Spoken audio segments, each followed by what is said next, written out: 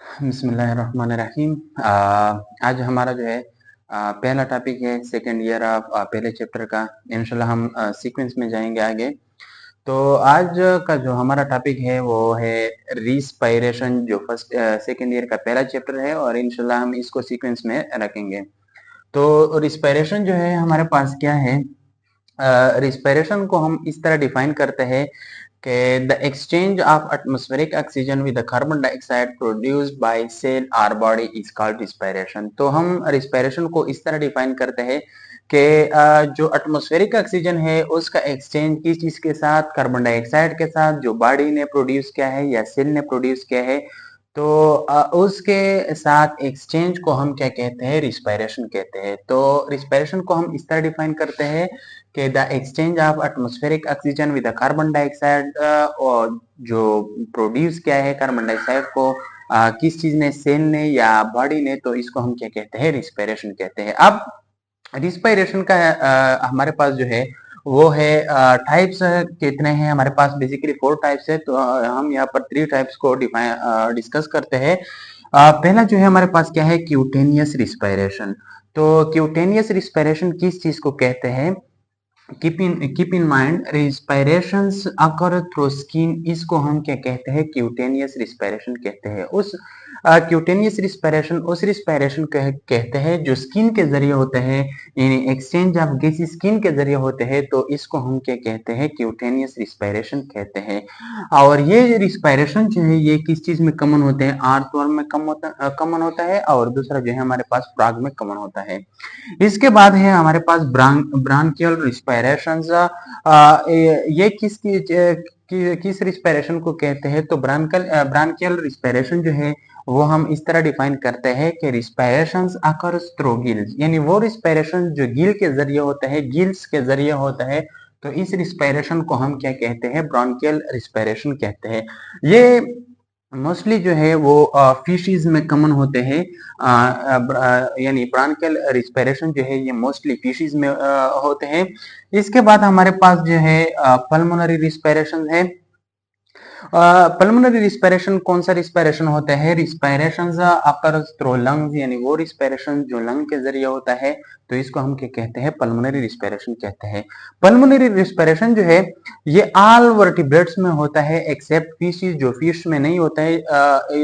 Fish में जो है हमारे पास क्यूटेनियस ब्रॉन्कियल रिस्पायरेशन होता है। तो पल्मोनरी रिस्पायरेशन वो रिस्पायरेशन होते हैं जो ऑल वर्टिब्रेट में होते हैं, एक्सेप्ट फिशेज में जो है वो नहीं होते हैं। तो हम इंशाल्लाह इस पल्मोनरी रिस्पायरेशन को आगे लेते हैं कि पल्मोनरी रिस्पायरेशन क्या होते हैं, इसमें कौन कौन से पार्ट इन्वॉल्व होते हैं। तो इंशाल्लाह हम इनको वन बाय वन डिस्कस करेंगे। इसके बाद हमारे पास क्या है, ये गैसेस एक्सचेंजेस है। ये जो गैसेस है वो एक सरफेस के जरिए एक्सचेंज होता है। इस सरफेस को हम क्या कहते हैं, रिस्पायरेटरी सरफेस कहते हैं, और हम इसको इंशाल्लाह भी डिस्कस करेंगे। तो इसके रिस्पायरेटरी सरफेस को हम इंशाल्लाह डिस्कस करने वाले हैं। तो हम इससे पहले हमने जो है रिस्पायरेशन पढ़ा, और रिस्पायरेशन के टाइप्स हमने पढ़े। तो हम अब इंशाल्लाह डिफाइन करेंगे रिस्पायरेटरी सरफेस किस चीज़ को कहते हैं। तो रिस्पायरेटरी सरफेस उसी जगह को कहते हैं, उस एरिया को कहते हैं जहाँ पर ऑक्सीजन और कार्बन डाइऑक्साइड का एक्सचेंज होता है। मतलब ऑक्सीजन जो है वो ट्रांसफर होते हैं ब्लड में, और कार्बन डाइऑक्साइड ब्लड से ट्रांसफर होते हैं कहाँ पे, लंग्स में। तो इस एरिया को हम क्या कहते हैं, रिस्पायरेटरी सरफेस कहते हैं। तो इसको हम इस तरह डिफाइन करते हैं कि the area where gaseous exchange with the environment actually take place, तो इस एरिया को हम क्या कहते हैं, रिस्पायरेटरी सरफेस कहते हैं। अब रिस्पायरेटरी सरफेस के कुछ प्रॉपर्टी होना चाहिए। तो इसके हमारे पास 4 प्रॉपर्टी है। फर्स्ट जो इसका प्रॉपर्टी है वो ये है कि it must be permeable so that the gases can pass through it. ये परमिएबल होना चाहिए क्योंकि इसके जरिए जो हमारे पास गैसेस है वो पास होते हैं। तो फर्स्ट जो प्रॉपर्टी है वो ये कि वो परमिएबल होना चाहिए। दूसरा जो हमारे पास है, it must be thin for efficient diffusion, ये हमारे पास तीन होना चाहिए। ये कितना तीन होना चाहिए, 1 mmR लेस तीन होना चाहिए, जो हमारे पास एफिशिएंट डिफ्यूजन जो है हमारे पास वो यहाँ पर हो जाए। इसके बाद है जो हमारे पास थर्ड प्रॉपर्टीज है रिस्पिरेटरी सरफेस का, ये क्या है कि it should possess large surface area. ये जो रिस्पिरेटरी सरफेस है वो लार्ज सरफेस एरिया पर मुश्तमिल होना चाहिए, क्योंकि यहाँ पर जितना एरिया ज्यादा होगा उतनी ज्यादा एक्सचेंज ऑफ गैसेज होगी। तो जो थर्ड प्रॉपर्टीज है ये है कि ये हमारे पास क्या होना चाहिए, लार्ज सरफेस एरिया होना चाहिए।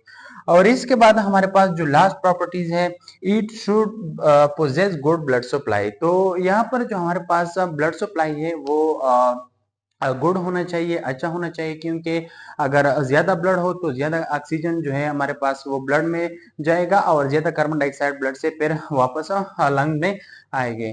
तो ये हमारे पास 4 प्रॉपर्टीज थे किसी चीज के, रिस्पिरेटरी सरफेस थे के 4 प्रॉपर्टीज थे। हम इंशाल्लाह नेक्स्ट लेक्चर में देखेंगे कि रिस्पिरेटरी सिस्टम क्या है, रिस्पिरेटरी सिस्टम में कौन से पार्ट्स इन्वॉल्व होते हैं। तो हम इंशाल्लाह इसको आगे डिटेल में पढ़ेंगे। तो ये हमारे पास थे आज का topic, respirations, types of respirations, respiratory surface and the properties of respiratory surface. तो इंशाल्लाह हम आगे सीक्वेंस में जाएंगे, आगे हम रिस्पिरेटरी सिस्टम देखेंगे और इसमें कौन कौन से पार्ट्स इन्वॉल्व होते हैं उसको हम देखेंगे। Thank you for watching.